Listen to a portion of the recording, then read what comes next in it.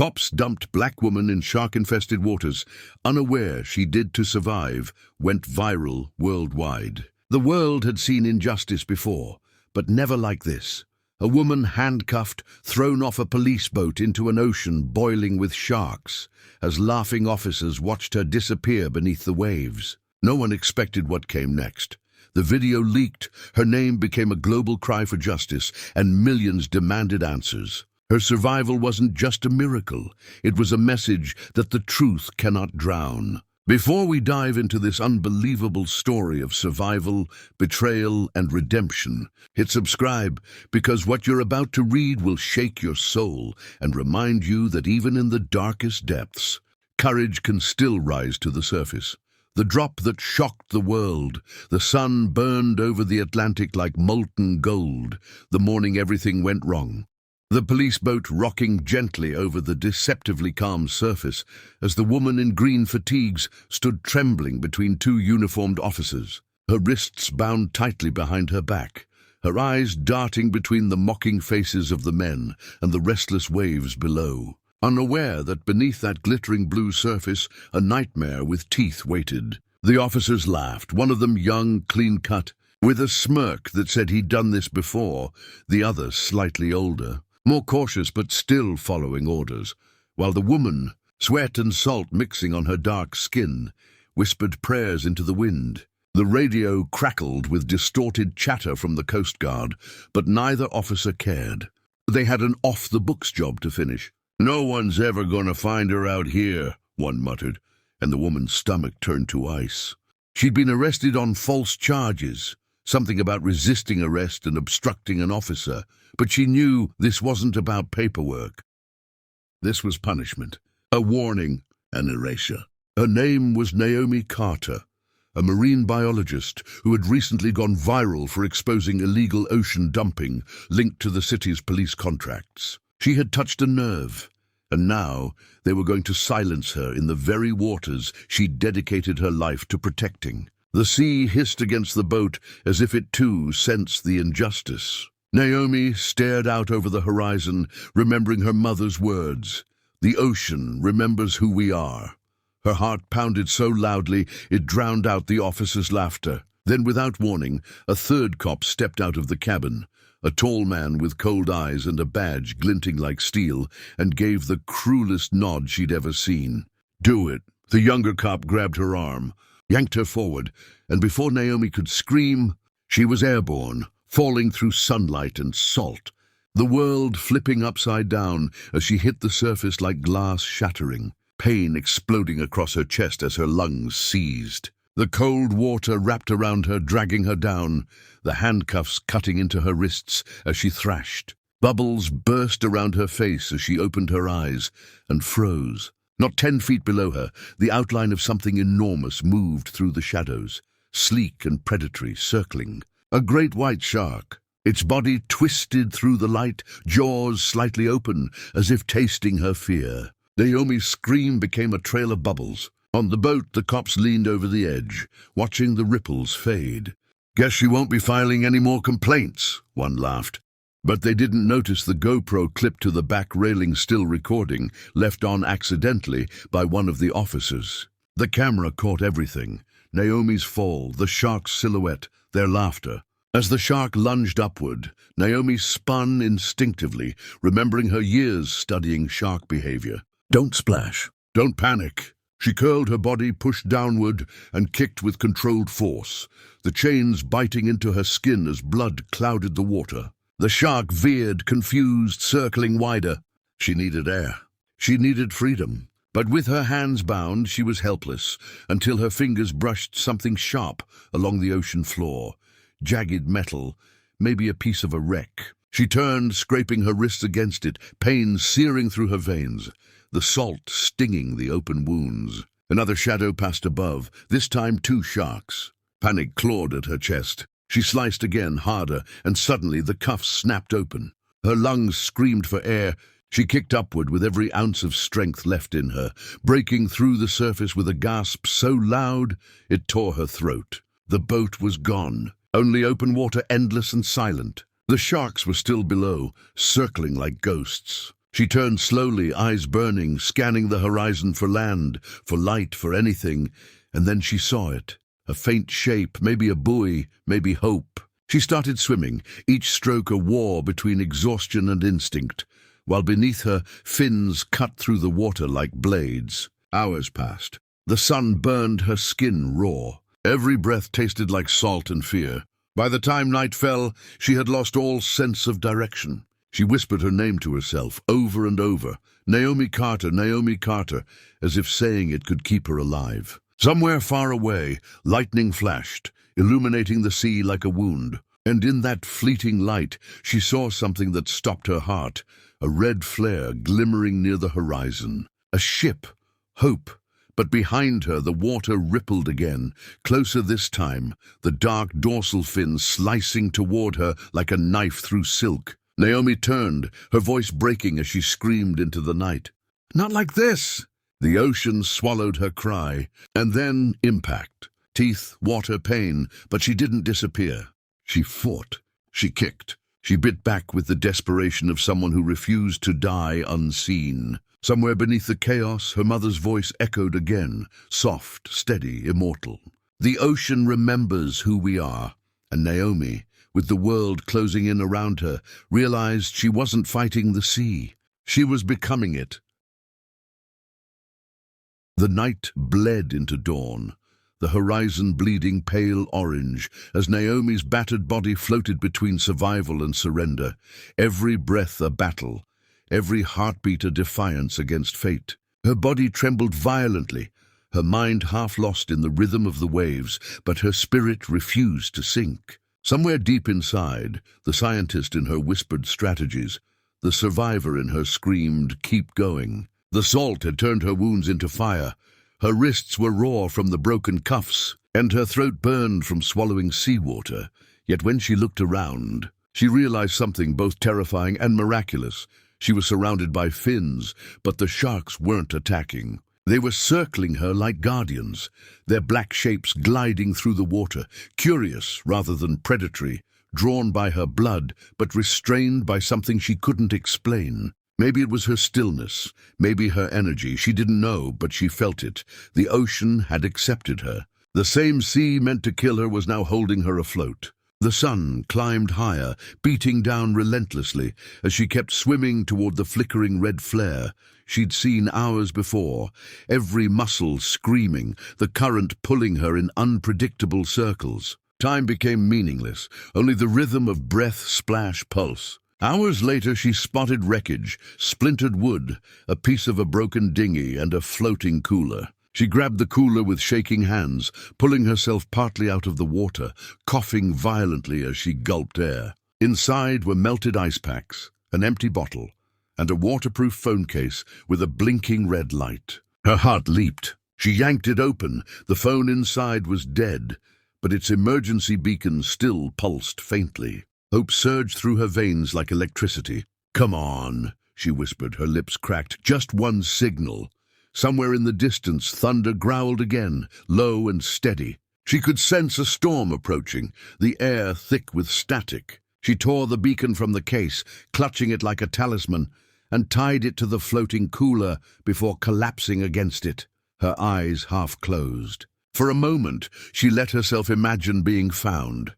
The Coast Guard lifting her into a helicopter, the world hearing her story, the officers exposed. But reality was crueler. The waves began to rise, the sky darkened, and within minutes the sea turned violent. The wind howled like a living thing, rain slashing at her face as lightning ripped the clouds open.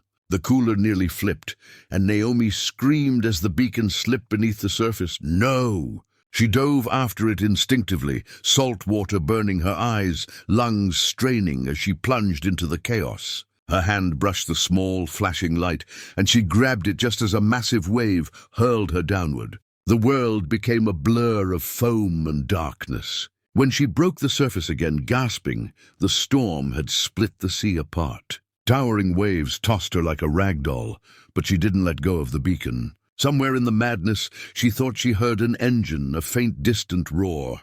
But when she turned, all she saw were shadows and lightning. Hours passed again. By the time the storm eased, she was exhausted beyond words, her mind flickering between past and present. Memories came in flashes. Her last lecture at the university, her students' laughter, her mother's funeral, the police raid on her home. She remembered how they dragged her out in handcuffs, accusing her of tampering with evidence, of fabricating data about toxic waste dumping.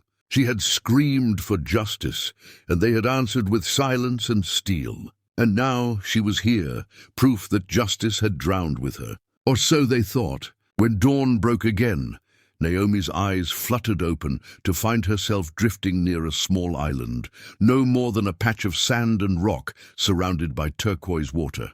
She could hardly believe it. She kicked weakly, guiding the cooler toward the beach, collapsing face first onto the wet sand as the waves hissed around her. She lay there for what felt like hours, breathing, trembling, alive. The sharks didn't follow. The sea was calm again, almost reverent. Naomi rolled onto her back, staring at the sky, tears mixing with seawater. "I'm not done," she whispered. She dragged herself to the tree line, where palm leaves offered shade, and began searching for anything useful. Broken driftwood, shells, seaweed. She built a small shelter, her mind working mechanically, the survival instincts she'd taught in classrooms, now her only reality. She found coconuts, cracked them open with a rock, drank the water, and tried to light a fire using her broken handcuffs as a spark against stone. It took hours, but when the flame finally caught, she wept. Not from the smoke, but from the miracle of it. That night, she sat beside the fire, staring at the waves. "You didn't take me," she said quietly to the sea. "You tried, but you didn't." The wind shifted, carrying the faint hum of something mechanical. She froze. A drone. She looked up, and there it was, hovering high above, its red light blinking. She jumped to her feet, waving her arms, screaming, "Here! I'm here!" The drone's camera pivoted, locking onto her, and then zipped away. Naomi sank to her knees, unsure if it was friend or foe. But 24 hours later, the world would know her name. The footage from that drone would show a handcuffed woman crawling from the sea, battered but alive, surrounded by the wreckage of a storm, and it would spread faster than the officers could ever imagine. Hashtags, headlines, fury. Naomi Carter, the woman who wouldn't drown. And as she sat by her dying fire, unaware that the world was watching, she whispered to the night, "Now let's finish this." By the time Naomi opened her eyes the next morning, her world had already changed forever, though she didn't yet know it. Across America and the UK, millions were watching the viral drone clip of the woman who survived the impossible. Hashtags like Tired Naomi Lives and Justice for Naomi exploding across social media, news anchors replaying the chilling footage of her fall and miraculous escape, while the police department scrambled to deny involvement. On the island, Naomi stared at the horizon, the sound of a distant helicopter growing louder until the shadow swept over her. Rescue. She stumbled forward, waving both arms as the rescue team descended. Within minutes, she was lifted into the air, the ocean shrinking beneath her as tears streaked down her sunburned face. In the helicopter, a medic handed her water, asking softly, "You're safe now, ma'am." "Who did this to you?" Naomi's voice cracked as she whispered, "The people meant to protect me." Hours later, in a hospital bed surrounded by flashing cameras and reporters shouting questions, she realized the world had already turned her survival into a movement. Her story wasn't just hers anymore, it was everyone's. When she saw the video of the cops laughing as they threw her overboard, her whole body shook, not with fear this time, but with resolve. "They wanted me to disappear," she told the press. "But I learned something out there. The ocean may swallow your body, but truth floats." Within days, global protests erupted, the officers were suspended, and Naomi, still weak but unbroken, looked into the cameras and said, "This isn't revenge, it's revelation."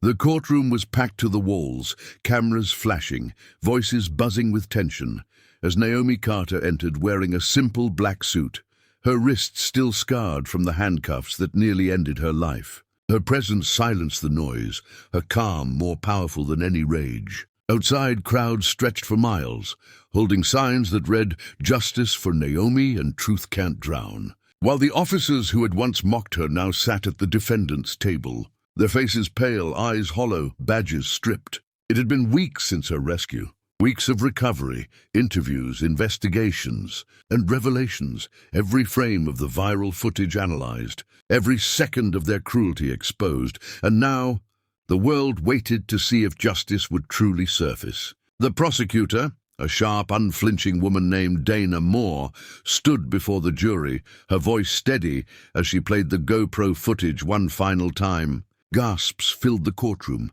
as the sound of laughter echoed through the speakers, followed by the splash that had nearly ended Naomi's life. The older officer tried to look away, but the judge's cold stare forced him to watch. Naomi didn't cry this time. She had already shed all her tears at sea. When her turn came to speak, she stood slowly, facing the jury with eyes that held both pain and purpose. "I am not here because I was brave," she said softly, her voice carrying through every microphone. "I'm here because I was left to die and somehow lived. I didn't swim to survive, I swam to be heard. And I hope that every person who has ever been silenced remembers this. They can throw you into the dark, but they can't drown the truth." A hush settled over the room. Even the judge blinked back emotion. Outside, thunder rolled faintly over the city, as if the sky itself was listening. Then, as the jury foreman rose, the world held its breath. "We find the defendants guilty on all counts." The courtroom erupted. Reporters surged forward. People sobbed. The officers slumped as their handcuffs clicked shut, the same sound they'd once used to cage innocence. Naomi didn't cheer. She simply closed her eyes and whispered, "For all of them," thinking of those who hadn't survived to tell their story. In the months that followed, her face appeared on magazine covers, talk shows, documentaries. She became a symbol, not just of survival, but of accountability. Her viral fame evolved into advocacy. She founded an organization called the Surface Project, dedicated to exposing hidden abuse by law enforcement and amplifying unheard voices. At every rally, every speech, she reminded the world of that one haunting truth she'd learned in the deep, that silence is the real drowning. But the story didn't end there. One night, standing alone at the shore of her hometown, Naomi gazed at the moonlit waves, the sound of the ocean soft and familiar.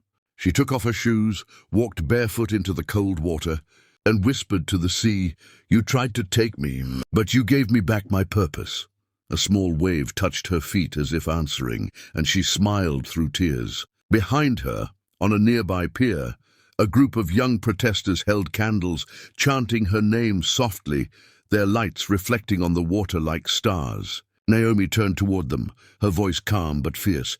"Don't let them bury your truth. Don't let them write your ending." Cameras captured that moment, and it went viral again, the woman who had been thrown away now lighting the path for others. The cops were imprisoned, reforms began, and the world changed a little because one woman refused to sink. And as the final credits of her story rolled across every screen and every heart, one echo remained, timeless and defiant. The ocean remembers who we are. So before you scroll past or forget this story, hit subscribe, not just to remember Naomi, but to remember what courage looks like when the world tries to drown it.